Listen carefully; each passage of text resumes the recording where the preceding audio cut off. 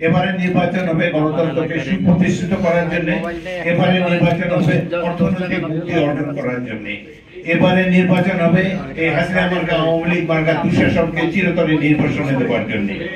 সুতরাং আগামী দিনে জনসাধারণের কাছে আমাদের আহ্বান রইল, সরকারের কাছে আহ্বান রইল, আপনারা এমন একটি সুষ্ঠু নির্বাচন অনুষ্ঠানের ব্যবস্থা করবেন যাকে নিয়ে দেশবাসী গর্ব করতে পারে। এই বর্তমান নির্বাচন কমিশনের প্রতি আমাদের আস্থা রয়েছে, নিরপেক্ষ ব্যক্তিরা সেখানে রয়েছেন। আমরা আশা করব যে একটি সুষ্ঠু নির্বাচনের মাধ্যমে গণরায় প্রতিফলিত হবে। এই নির্বাচনের জন্য দীর্ঘদিন ধরে বাংলাদেশের মানুষ অপেক্ষা করে আছে। অনেক মানুষ জীবন দিয়েছে গণতন্ত্র প্রতিষ্ঠার জন্য এবং সুষ্ঠু নির্বাচন পাওয়ার জন্য। এই নির্বাচনে ফলে বাংলাদেশ অর্থনীতি গভীর শক্ত ভিত্তির উপর প্রতিষ্ঠিত হবে আমরা আশা করি।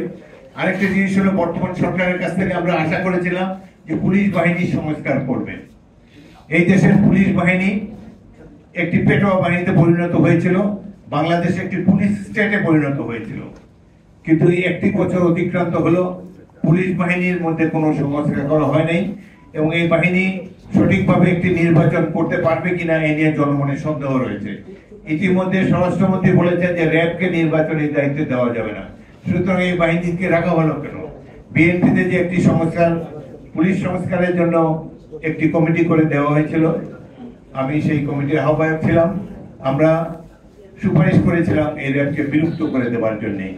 এত কলঙ্ক তারা লেপন করেছে জাতির কপালে এবং এত অত্যাচার নির্যাতন বিভিন্ন দেশের বিভিন্ন অঞ্চলে তারা করেছে। এই বাহিনী সম্পর্কে উপযুক্ত কঠিন ব্যবস্থা নেওয়া উচিত ছিল, কিন্তু সে ধরনের কোনো ব্যবস্থা আমরা দেখতে পাচ্ছি না।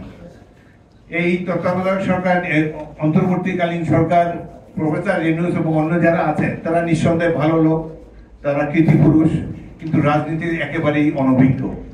অবশেষে যে তাদের বোধোদয় হয়েছে যে নির্বাচিত সরকার ছাড়া বাংলাদেশের জনগণের এই সমস্যা কেউ সমাধান করতে পারবে না, দেরিতে হলেও তারা উপলব্ধি করেছেন এবং প্রফেসর ইউনূস আমাদের নেতা তারেক রহমানের সাথে বৈঠকে বসে লন্ডনে নির্বাচনে যে প্রতিশ্রুতি দিয়েছিলেন ফেব্রুয়ারি মাসের প্রথমার্ধে নির্বাচন হবে, এই প্রতিশ্রুতি পালন করার জন্য আমি প্রফেসর ইউনূসকে আন্তরিক ধন্যবাদ ও কৃতজ্ঞতা জানাই।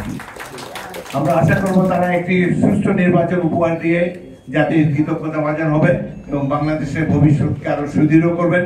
যে অর্থনৈতিক উন্নয়ন জনগণের স্বপ্ন, সেই স্বপ্নের পথে আমরা যাতে দেশবাসী ঐক্যবদ্ধভাবে অগ্রসর হতে পারি, প্রতিষ্ঠিত করতে পারি, সেই জন্য আমরা চেষ্টা করব। আরেকটা জিনিস হলো, নির্বাচনে আগে কিন্তু দেশে অনেক গন্ডগোল হবে। ভারতে আশ্রয় নিয়ে এই মাফিয়া নেত্রী শেখ হাসিনা এই দেশকে লন্ডভন্ড করার জন্য, নির্বাচন বানচাল করার জন্য অনেক সহিংস ঘটনার অবতারণা করবে। আমরা দল মত নির্বিশেষে দেশবাসী সবাই মিলে ঐক্যবদ্ধভাবে এই মাফিয়াদের নাশকতামূলক কর্মকাণ্ডকে প্রতিহত করব। আজকের দিনে এই আমাদের অঙ্গীকার।